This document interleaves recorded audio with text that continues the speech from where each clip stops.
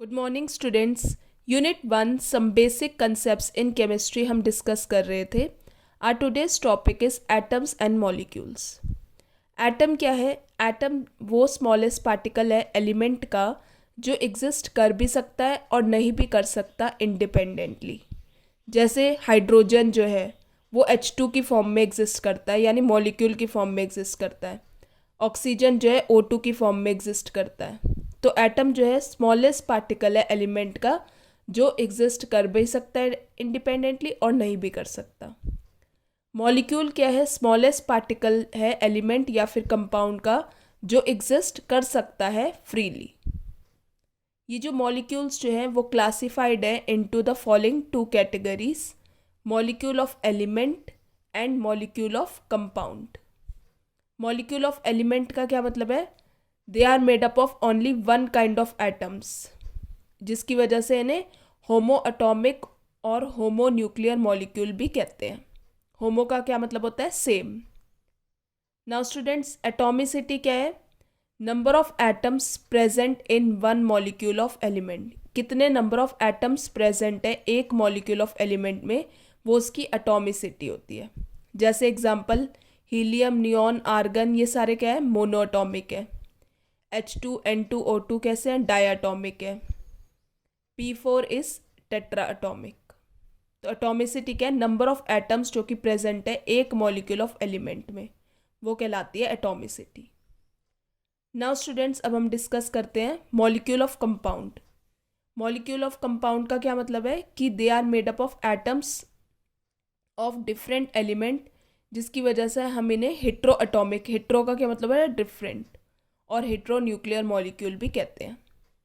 They may be diatomic, ट्रायटॉमिक, depend करता है कि कितने नंबर ऑफ एटम्स प्रेजेंट हैं एक मॉलिक्यूल ऑफ कंपाउंड में। जैसे एग्जांपल, HF, HCl, HBr, ये कैसे है? डायटॉमिक। H2O, CO2 कैसे हैं? ट्रायटॉमिक। NH3, CH4 कैसे हैं? Tetra atomic. Now students, next हम डिस्कस करते हैं properties of matter and there measurement. Physical properties जैसे क्या होती हैं? जो मेजर्ड और ऑब्जर्व होती हैं विदाउट चेंजिंग द आइडेंटिटी और कंपोजिशन ऑफ द सब्सटेंस। जैसे example, mass, volume, density, melting point, boiling point, ये सारी क्या है? फिजिकल प्रॉपर्टीज हैं। केमिकल प्रॉपर्टीज क्या है? These are those in which chemical change जो है अकर करे सब्सटेंस में, वो कहलाती हैं chemical properties. All such quantities जो हम डेली लाइफ में साइंटिफिक स्टडीज में हम देखते हैं are called physical quantities. The international system of units यानी SI यूनिट्स। यूनिट क्या है? Unit is defined as standard of reference chosen to measure any physical quantity. किसी भी फिजिकल क्वांटिटी को मेजर करने के लिए एक स्टैंडर्ड जो रेफरेंस जो हम देखते हैं, चूज़ करते हैं, वो कहलाती है यूनिट। तो ये 7 बेसिक फिजिकल क्वांटिटीज़ हैं और उनके SI यूनिट्स हम देखते हैं। फिजिकल क्वांटिटी जैसे length, symbol L, small l, SI unit metre, symbol M। Mass का सिंबल क्या है? Small m। SI यूनिट क्या है? किलोग्राम, सिंबल क्या है? kg। इसी तरह टाइम, SI यूनिट क्या है? सेकेंड। इलेक्ट्रिक करंट I से हम सिंबल है इसका एम्पियर, SI यूनिट है। Thermodynamic temperature, kelvin, SI unit. Amount of substance, SI unit is mole. Luminous intensity, इसका SI यूनिट क्या है? कैंडला, सिंबल क्या है? CT। नाउ स्टूडेंट्स, अब हम कुछ लॉज डिस्कस करते हैं यहाँ पे। Laws of chemical combination. सबसे पहले ये हम लॉज देखते हैं कौन कौन से लॉज हैं। Law of conservation of mass, law of constant composition और definite proportion, law of multiple proportion, law of reciprocal proportion, law of combining volume और Gay Lussac's law of gaseous volume. सबसे पहले हम डिस्कस करते हैं law of conservation of mass. ये जो law है किसने दिया था? एंटोनी लेवोइजियर ने दिया था इन 1789। ये लॉ क्या कहता है कि इन सभी फिजिकल और केमिकल चेंजेस में जो टोटल मास जो है रिएक्टेंट्स का वो किसके बराबर होता है, टोटल मास ऑफ प्रोडक्ट्स के। यानी matter can neither be created nor be destroyed. जब मैटर अंडरगो करेगा फिजिकल चेंज, जैसे फॉर एग्जांपल हमने आइस का पीस रखा स्मॉल कॉनिकल फ्लास्क में और उसे कॉर्क कर दिया, फिर हमने वे करा उसका। अब फ्लास्क को हीट करा to melt the ice into water, तो आइस चेंज हो गई वाटर में। फिर दोबारा हमने वे करा तो हमने देखा कि कोई भी चेंज नहीं हुआ वेट में, do a physical change take place. Physical change हुआ, पहले आइस के फॉर्म में था, सॉलिड के फॉर्म में, फिर लिक्विड में चेंज हो गया।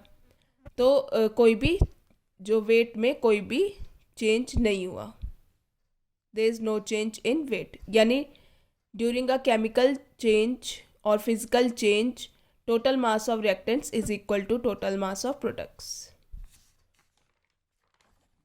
अब हम केमिकल चेंज देखते हैं यहाँ पे।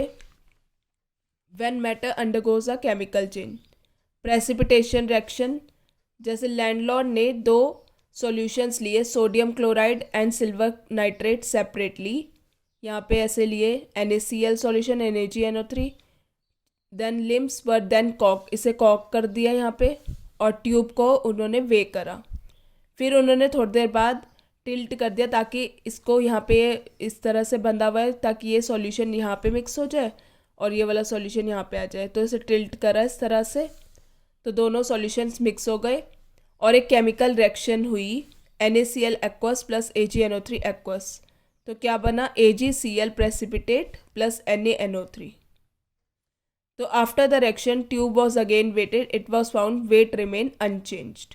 तो यानी केमिकल चेंज के बाद भी जो वेट था वो अनचेंज रहा, यानी total mass of reactant is equal to total mass of products in a law of conservation of mass, ये कहता है। नाउ स्टूडेंट्स एक न्यूमेरिकल देखते हैं हम इसका। 4.90 gram of KClO3 when heated produce 1.92 gram of oxygen and the residue KCl left behind weighs 2.96 ग्राम। हमें show करना है कि ये इलस्ट्रेट करता है law of conservation of mass को। तो इसकी रिएक्शन क्या हो जाएगी, KClO3 gives KCl plus O2। तो मास जो है KClO3 का क्या है 4.90 gram, total mass of products 2.96 plus 1.92 equals to 4.88 gram. तो difference between mass of reactants and mass of products is 4.90 minus 4.88, तो 0.02 ग्राम का ही डिफरेंस है, मतलब बहुत ही कम डिफरेंस है। ये निगलेक्ट भी हो सकता है। तो total mass of products is equal to total mass of reactants. ये हमारा रिएक्टेंट्स का मास क्या था 4.90 ग्राम, हमने प्रोडक्ट्स का मास करा तो 4.88, तो बहुत ही कम डिफरेंस आया। तो ये जो है law of conservation of mass को फॉलो करता है कि total mass of reactants is equal to total mass of products. Now second law देखते हैं हम, law of constant composition. Constant का क्या मतलब होता है, डेफिनेट प्रोपोर्शन भी इसे कहते हैं। ये क्या कहता है, केमिकल कंपाउंड जो है वो हमेशा सेम एलिमेंट्स या फिर 2-3 एलिमेंट से बना हुआ है जो कि कंबाइंड होता है in a fix proportion by मास।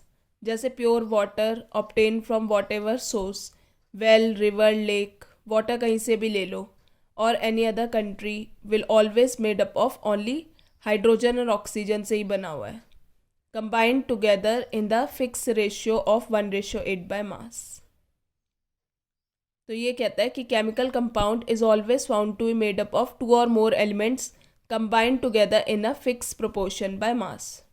ऐसी अगर हम देखें CO2 गैस जो है हमारी लेबोरेटरी में भी इवॉल्व होती है, कहीं से भी हमारे एटमॉस्फेयर में भी है, तो उसका जो रेशियो बाय मास है वो फिक्स्ड ही रहेगा। CO2 का क्या रहेगा 12:32 और we can say 3:8 by mass, ये फिक्स्ड ही रहेगा चाहे कहीं से भी CO2 इवॉल्व रहे। ये कहता है लॉ ऑफ कांस्टेंट कंपोजिशन। अब इसकी लिमिटेशन क्या है, ये जो लॉ है वो एप्लीकेबल नहीं है इफ़ एन एलिमेंट एग्जिस्ट करता है डिफरेंट आइसोटोप्स में which may be involved in the formation of the compound. So these are the two laws, law of conservation of mass and law of constant composition.